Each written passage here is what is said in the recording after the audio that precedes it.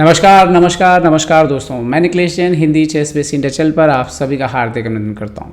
दोस्तों, कल रात फीडे शतरंज ओलंपियाड में भारतीय शतरंज टीम पहले से जैसी उम्मीद की जा रही थी वैसा ही प्रदर्शन करते हुए क्वार्टर फाइनल में पहुंच गई है और अब परसों क्वार्टर फाइनल में भारत का मुकाबला यूक्रेन की टीम से होगा। वैसे तो भारतीय टीम यूक्रेन के सामने मजबूत नजर आ रही है, लेकिन आपको बता दें कि पिछले साल यूक्रेन ने ही चीन को हरा करके विश्व शतरंज ओलंपियाड से बाहर किया था। तो खैर ये सब तो स्टैटिस्टिक्स है और देखेंगे कि आने वाले दिनों में भारतीय टीम कैसा प्रदर्शन करती है।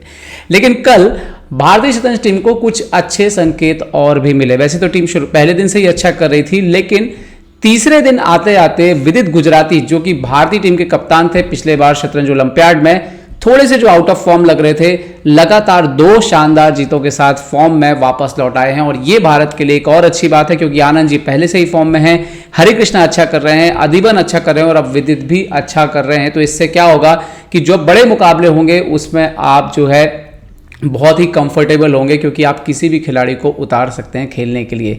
इससे सामने वाली टीम को तैयारी करने में भी समस्या जाती है कि भाई किसके खिलाफ तैयारी करें, कौन खेलेगा, कुछ पता नहीं है।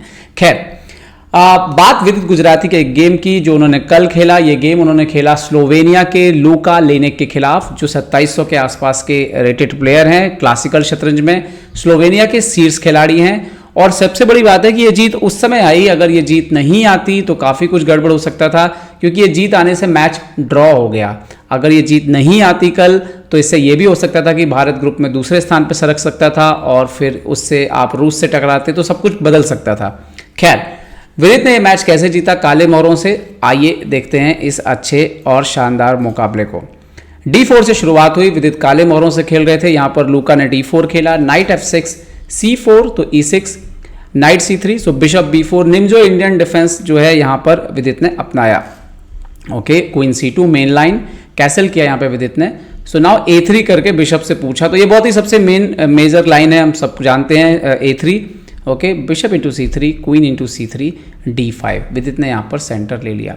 एक्चुअली में इस स्ट्रक्चर में अगर आप देखोगे तो ऑलरेडी आपको लगेगा कि ब्लैक जो है उसने इक्वलिटी हासिल कर ली है, सेंटर उसके पास ठीक ठाक है, कैसल उसका हो चुका है, नाइट उसका एक बाहर है, जबकि व्हाइट का सिर्फ एक क्वीन बाहर है। लेकिन हाँ, ब्लैक को अभी यहाँ की समस्या दूर करनी है कि ये 3 मोहरे जो है कितनी जल्दी गेम पर आते हैं। ओके, बिशप G5 खेला यहाँ पर व्हाइट ने। सो यहाँ पर विदित ने खेला C5। ये यहाँ तक सब कुछ मेन लाइन के हिसाब से चल रहा था, लेकिन यहाँ पर लूका ने D इंटू C5 मारा। सॉरी, D इंटू C5 उनको मारना चाहिए था, जो कि मेन लाइन थी। यहाँ पर लूका ने C इंटू D5 मारा। ओके, विदित ने यहाँ पर C इंटू D4 मारा, क्वीन इंटू D4 और नाइट C6। और दरअसल ये जो है, अब आप देखिए कि आप पॉन से तो मार नहीं सकते क्योंकि आपका तो क्वीन मर जाएगा यहाँ पर। तो यहाँ पर व्हाइट जो है क्वीन D2 जाता है, जबकि मेन लाइन क्या है, मेन लाइन में व्हाइट खेलता है क्वीन H4।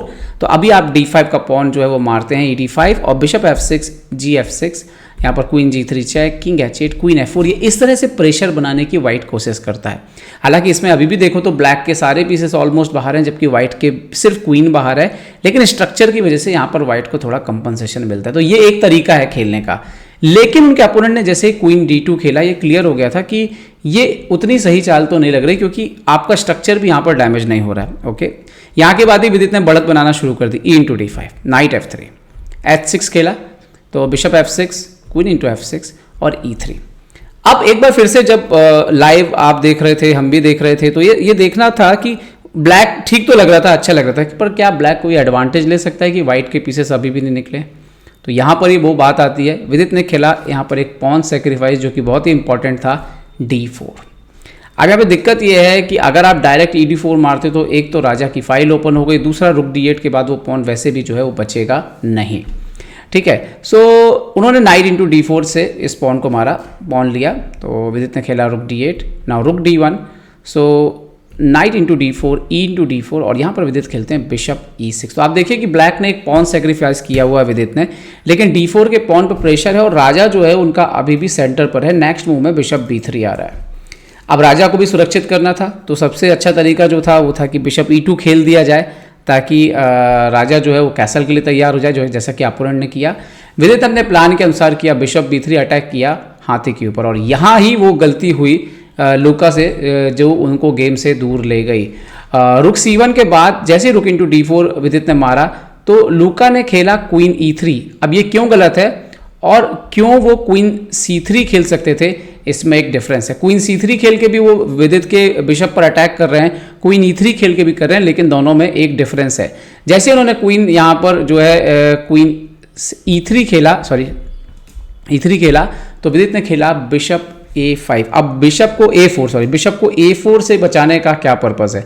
दरअसल A4 का स्क्वायर कर रहा है, कंट्रोल कर रहा है E8 को, और रुक आ रहा है E8 पर। और यहाँ पर जो है वो गलती हो गई सफ़ेद से, वो समझ नहीं पाए कि आने वाली कुछ चालों में उनके लिए क्या मुसीबत आ रही है। कैसल किया उन्होंने, राजा को सुरक्षित किया, लेकिन रुक E8 के बाद अब समस्या ये है कि आप इस ऊंट से ज़्यादा दूर जो है वो नहीं जा सकते। आप अगर इस ऊंट से ज़्यादा दूर जाएंगे तो ऊंट मर जाएगा, तो उनको खेलना पड़ा क्वीन F3।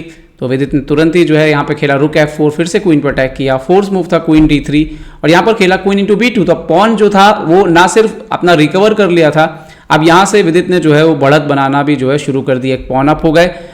बिशप F3 खेला यहाँ पर ये भी एक ब्लंडर ही था।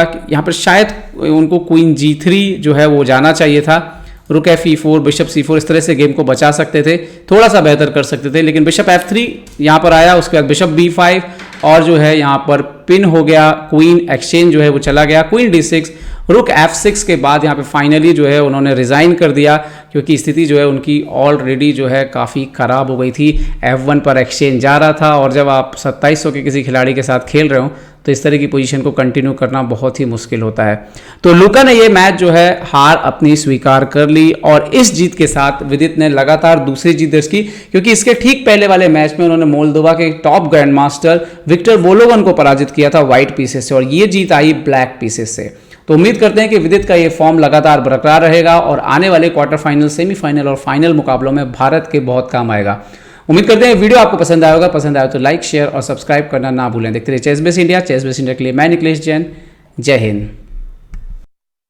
तो उम्मीद है आपको हमारे वीडियो पसंद आए होंगे। अपने सुझाव हमें जरूर दें, और याद रखें शतरंज की हर छोटी बड़ी खबर के लिए जुड़े रहें चेस बेस इंडिया चैनल से। जी हाँ, चाहे वो खिलाड़ियों के इंटरव्यू या फिर वो खेल का विश्लेषण, चेस बेस इंडिया हमेशा आपके लिए खबरें लाएगा सबसे तेज, सबसे जल्दी। सब्सक्राइब करें Hindi chess base India channel को।